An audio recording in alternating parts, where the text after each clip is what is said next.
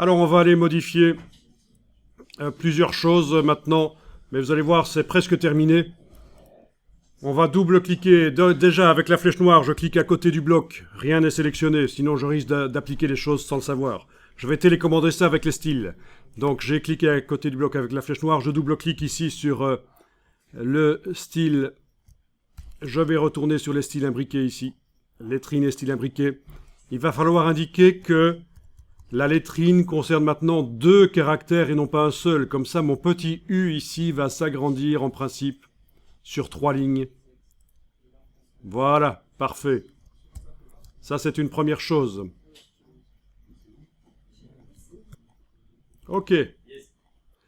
Ensuite, il va falloir jouer sur le... Et ça devrait être la fin.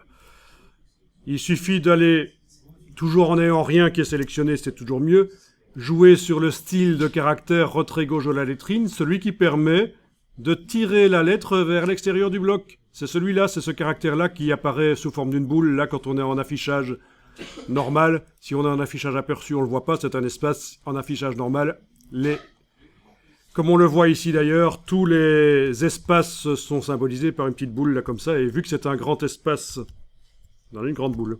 Ah. Donc, on double-clique à droite ici du nom du style retrait gauche de la lettrine.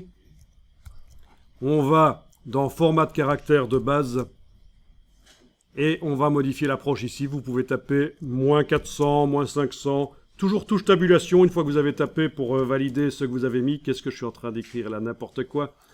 Mon gaillard, tu files du mauvais coton. Ah! Ok, ça ne veut plus le faire.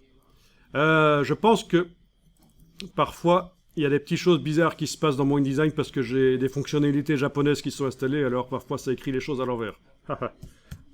Ok, -400. Touche tabulation, et voilà. Donc voilà, c'est pas mal déjà ça, d'arriver à sortir la lettrine par le dessus, par la gauche, grâce à ce hack InDesign, qui est connu, hein, c'est... Alors, par rapport à certains logiciels, notamment Word, InDesign, il y a certaines faiblesses, notamment ça. Voilà. Mais on y arrive. On y arrive. Vous enregistrez le document.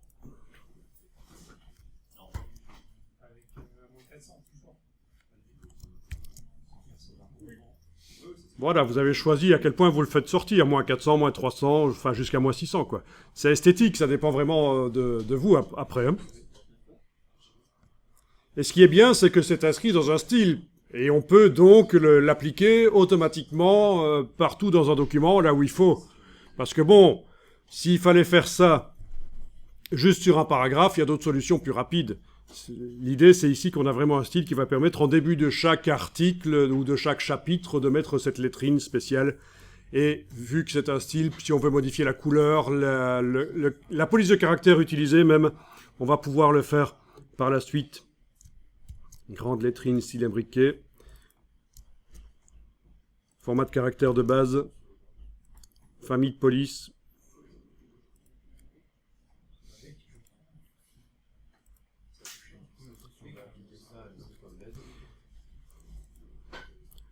Voilà. Donc, vous voyez que là, je suis en train de modifier le style de caractère grande lettrine, style imbriqué. Je modifie juste ici la famille de police. Et évidemment, c'est mieux si on a choisi la police à un endroit où on les voit. Parce qu'ici, dans le style, on ne voit pas la police. Il y a des systèmes pour arriver à voir les polices, bien sûr, avant. Là, je suis obligé de faire un peu des essais, un peu comme je veux. Oh, comme c'est moche. Ne faites pas des choses pareilles. Hein. Style western, c'est... À moins que ce soit dans le sujet, pourquoi pas. En fait, je dis c'est moche, mais c'est une erreur de dire que c'est moche. Ce n'est pas adapté au sujet.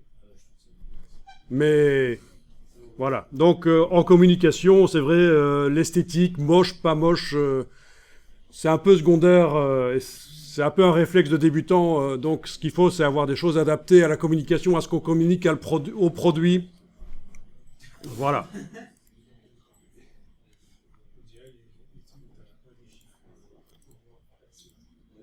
Bien, parfait.